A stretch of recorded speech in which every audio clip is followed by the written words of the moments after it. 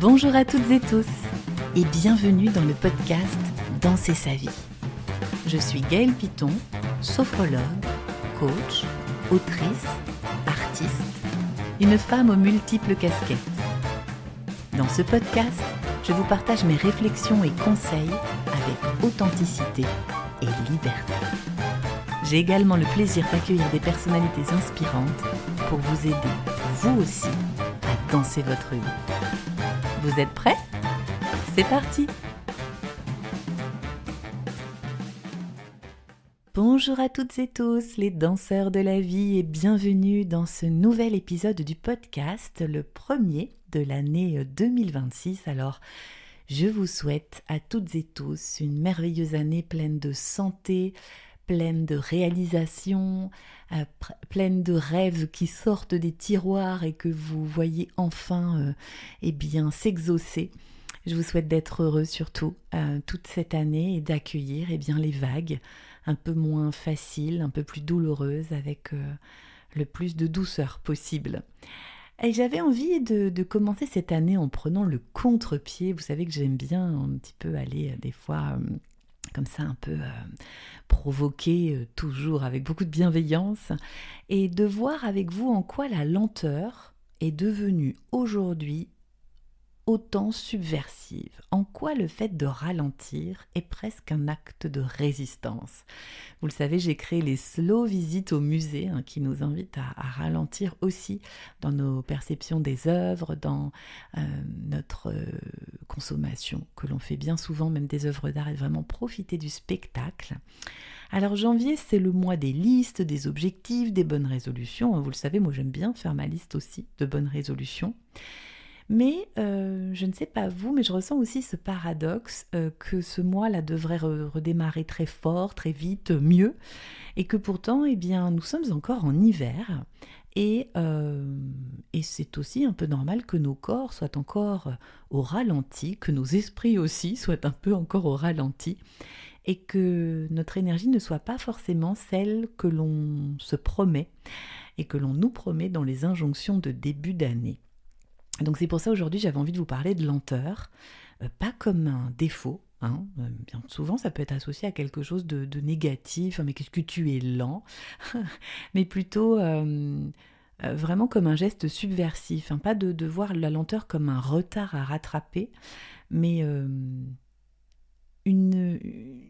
coup d'épée dans l'eau, une résistance dans ce monde dans lequel nous vivons. Alors, en effet, nous vivons dans une époque qui va vite, qui va très vite. On se sent même obligé de tout optimiser, le temps, les performances, les émotions, le repos. On mesure, on compare, on produit, on partage. La vitesse, c'est vraiment devenu une valeur. Et puis, paradoxalement, la lenteur, c'est un peu un soupçon. Quand on ralentit, on nous demande souvent « ça va ? Tu manques de motivation ? Tu serais pas un peu en train de décrocher ?» Comme si aller moins vite, c'était déjà sortir du jeu. Et vraiment, pourtant, la plupart des personnes que j'accompagne, elles ne sont pas épuisées parce qu'elles vont trop lentement. Elles sont épuisées parce qu'elles vont trop vite contre elles-mêmes. Attention, ralentir, ce n'est pas s'arrêter dans ce que j'évoque avec vous aujourd'hui. C'est simplement changer sa qualité de présence. Quand on ralentit vraiment, comme quand on ralentit son regard dans un musée ou qu'on choisit quelques œuvres seulement parmi toute la panoplie des œuvres à observer, quelque chose devient audible. Dans le fait de ralentir, on peut entendre le corps, on peut entendre les sensations, on peut entendre aussi nos émotions les plus fines, et aussi on peut entendre tous les désirs qu'on avait appris à taire. La lenteur, c'est le moment où on cesse de forcer le mouvement, pour vraiment laisser émerger le mouvement qui est juste pour nous. Dans ma méthode Danser sa vie, la lenteur, c'est pas du tout une parenthèse un peu molle, c'est vraiment un temps d'accordage, un peu comme on accorde ses instruments, son instrument avant de jouer. L'orchestre qui vérifie bien qu'il a la même note, qu'il est au même diapason. Sans cet accordage, on peut jouer très très fort, mais on prend le risque aussi de jouer faux. Alors pourquoi je vous dis que la lenteur est subversive ? Parce qu'en fait, lorsqu'on ralentit, on ne produit pas immédiatement quelque chose de visible, dans cette notion de résultat. La lenteur, on ne la montre pas non plus sur un CV. Elle ne se mesure pas facilement, elle ne fait pas de bruit. Et pourtant, il y a quelque chose qui se transforme en profondeur, un peu comme la terre, dans la nature, la terre laissée au repos pendant l'hiver, il y a des choses qui sont en train de travailler en souterrain, justement, pour attendre le temps, la floraison qui est le printemps. Ralentir, c'est subversif et c'est un acte de résistance parce que c'est refuser l'urgence permanente. C'est refuser aussi de prendre des décisions sous la pression. Et c'est aussi refuser les « il faut », « je dois » qui n'ont jamais été questionnés.